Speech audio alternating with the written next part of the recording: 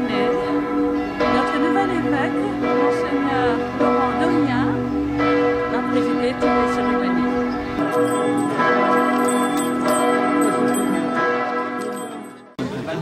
Ah non, non, non, c'est pour la DCC.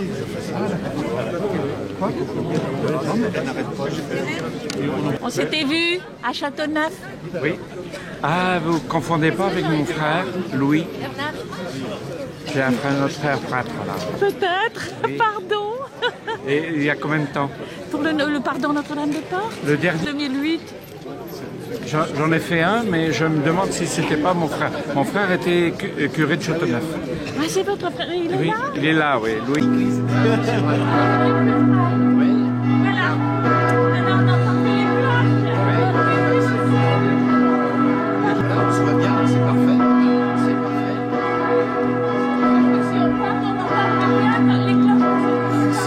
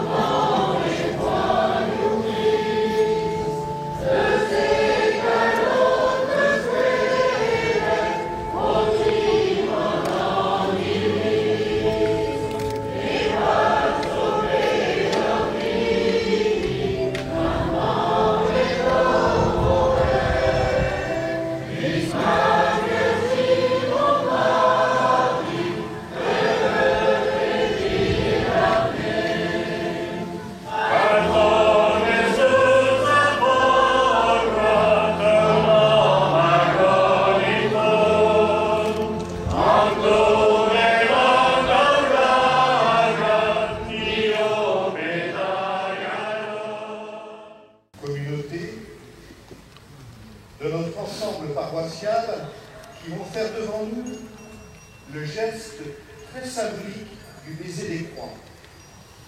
Et cette année, nous avons la joie d'accueillir la croix du sanctuaire de Sainte-Anne-la-Palue. Ce geste du baiser des croix n'est pas quelque chose de folklorique.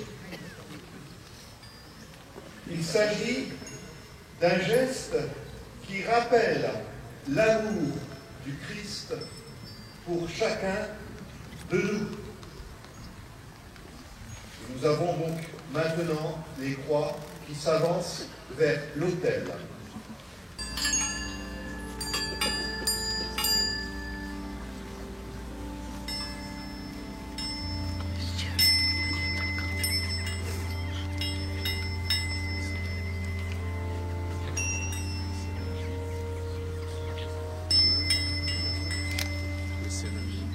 Salutations des croix.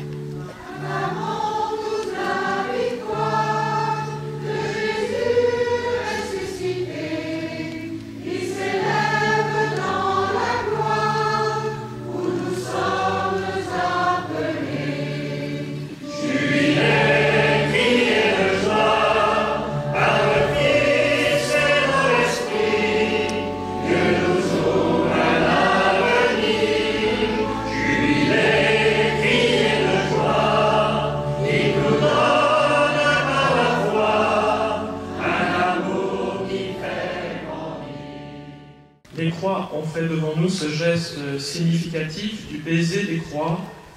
Traçons à notre tour ce signe de la croix sur nous-mêmes, ce signe de notre foi, ce signe de notre appartenance à l'Église, ce signe rappel de notre baptême.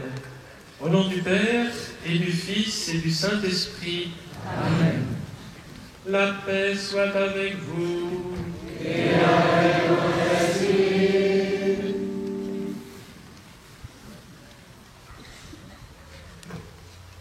Bienvenue à vous tous qui venez dans ce haut lieu de vie spirituelle où Notre-Dame du Folgoat nous présente son Fils Jésus comme le Sauveur dont le monde a tant besoin. Je me fais votre porte-parole pour exprimer notre joie d'accueillir notre nouvel évêque, Monseigneur Laurent Donien, qui, comme il se doit, préside à son arrivée dans le diocèse les grands pardons des sanctuaires diocésains. Samedi et dimanche dernier, Monseigneur, vous présidiez le pardon de Sainte-Anne-la-Palue, qui est représenté ce matin, et les autres sanctuaires nous rejoindront cet après-midi. Le 15 août, celui de Rumingol. Les deux autres sanctuaires diocésains, Notre-Dame de Kermintronde à Lameur et Notre-Dame des Portes à Châteauneuf-du-Fou, auront aussi la joie de vous accueillir. Comme évêque de Quimper et Léon, président de la communion des catholiques du diocèse, vous êtes partout chez vous. C'est vous, au nom du Christ, ici, sous le patronage de Notre-Dame du Folgoat. En fait, c'est vous qui nous accueillez et nous invitez à entrer dans cette Eucharistie. Digenervad Deofol, la Wenbrazen d'Avesa Gagnoraman.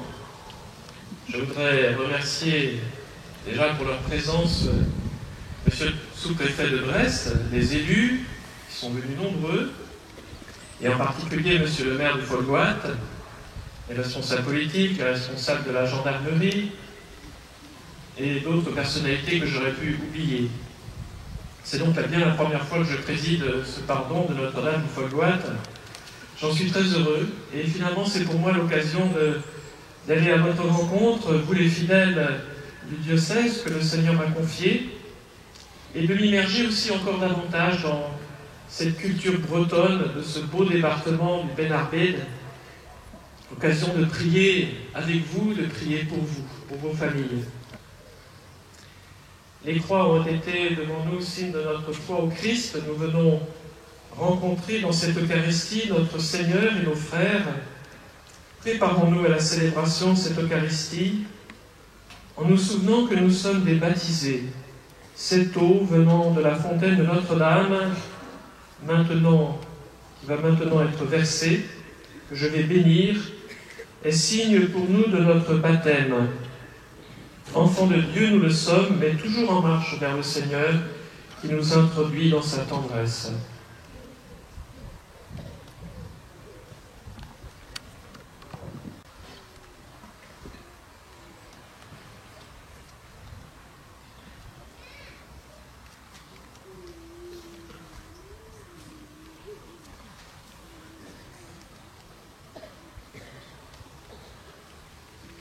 Tu es béni, Dieu Tout-Puissant, toi qui es la source et l'origine de toute vie du corps et de l'âme.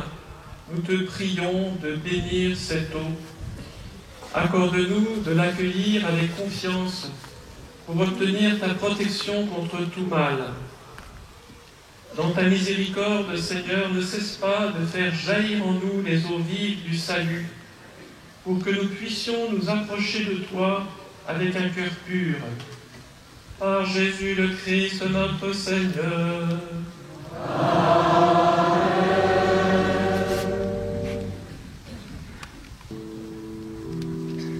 J'ai vu l'eau vive jaillissant du cœur du Christ.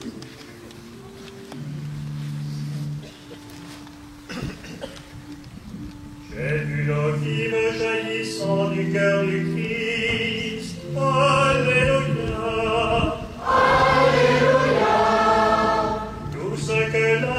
Cette eau seront sauvés et chanteront.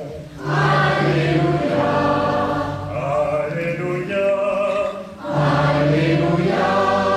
Alléluia. Alléluia. Alléluia.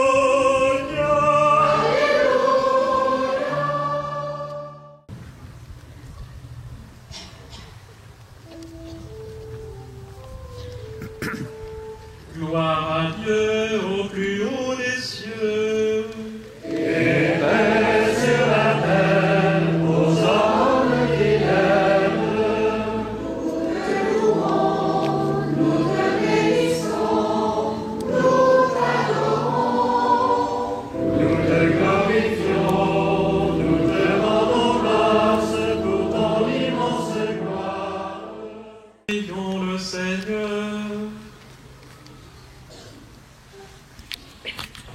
Ouvre à tes serviteurs, Dieu très bon, tes richesses de grâce, puisque la maternité de la Vierge Marie fut pour nous le commencement du salut, que la fête de sa nativité nous apporte un surcroît de paix, par Jésus-Christ ton Fils, notre Seigneur et notre Dieu, qui règne avec toi et le Saint-Esprit, maintenant et pour les siècles des siècles.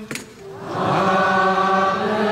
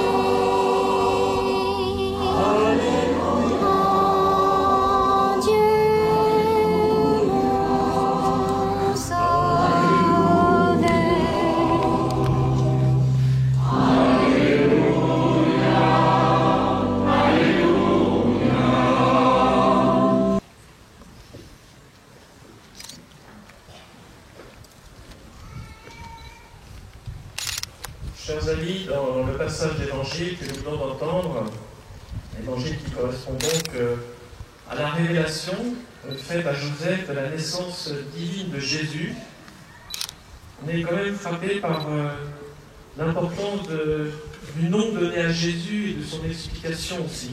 Elle mettra au monde un fils auquel tu donneras le nom de Jésus, c'est-à-dire le Seigneur sauve, car c'est lui qui sauvera son peuple de ses péchés. C'est vrai que si nous avons suivi le catéchisme, nous sommes un peu habitués à entendre cette expression « le Seigneur sauve » ou bien « Jésus est le Sauveur ». Mais qu'est-ce que ces mots évoquent vraiment pour nous? Bon, il y a bien tout de même cette précision dans l'Évangile. Il sauvera son peuple de ses péchés. Mais qu'est-ce que ça signifie vraiment? Et je dirais quelles en sont les conséquences aussi dans notre vie quotidienne. En méditant sur la première lecture du livre d'Isaïe, j'ai trouvé que le prophète donnait un bel éclairage sur ce que peut signifier pour nous le salut apporté par Jésus. D'abord, face aux épreuves que traverse actuellement notre humanité, je pense aux guerres, aux injustices, au terrorisme, à tous les dangers qui nous guettent et que nous voyons défiler tous les jours dans les informations, eh bien ce texte d'Isaïe apporte réconfort et encouragement. Dites aux gens qui s'affolent, soyez forts, ne craignez pas. Voici votre Dieu, c'est la vengeance qui vient, la revanche de Dieu. Il vient lui-même et va vous sauver. De fait, Jésus est déjà notre sauveur par sa victoire sur la mort. Cette victoire qui nous donne la certitude que les détresses de ce monde et le mal qui se manifeste par les violences, les injustices, n'auront pas le dernier mot dans l'histoire de l'humanité. Son retour dans la gloire mettra un terme à tout cela, et chacun devra rendre compte de ce qu'il a fait ici-bas. Nous serons jugés sur l'amour, comme l'exprime saint Jean de la Croix.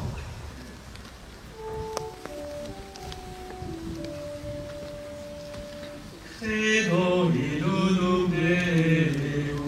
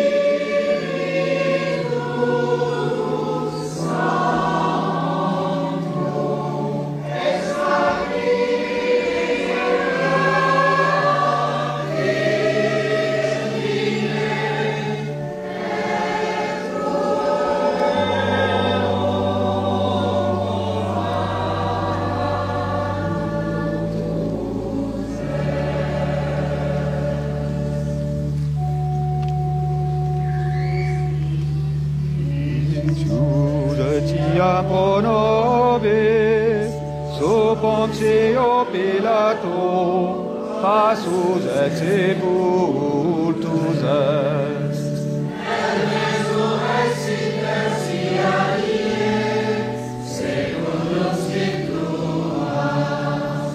Et ascendere in cielo, sedet ad exteram Patris.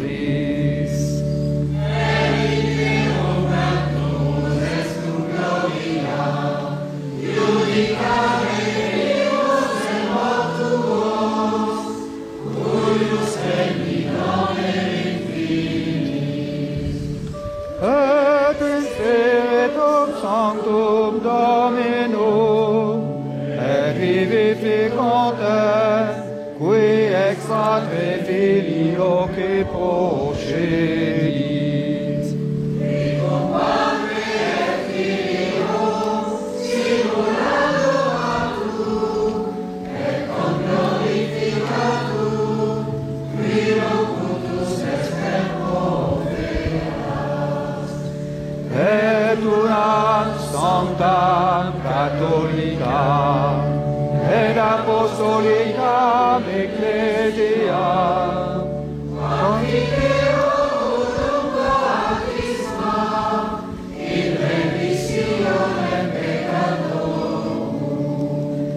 et expecto resurrectionem mortuorum,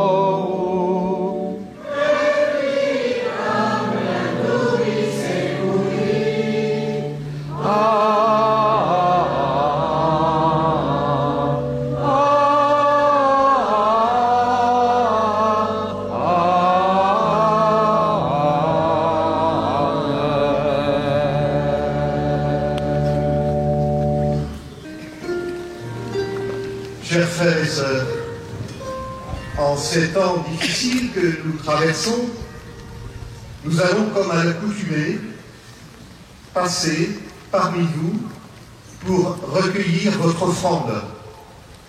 La tentation peut être grande de se dire, vu les temps difficiles dans lesquels nous sommes, il est bon de garder un peu de son argent et de ne pas ouvrir son cœur aux dimensions universelles des besoins du monde.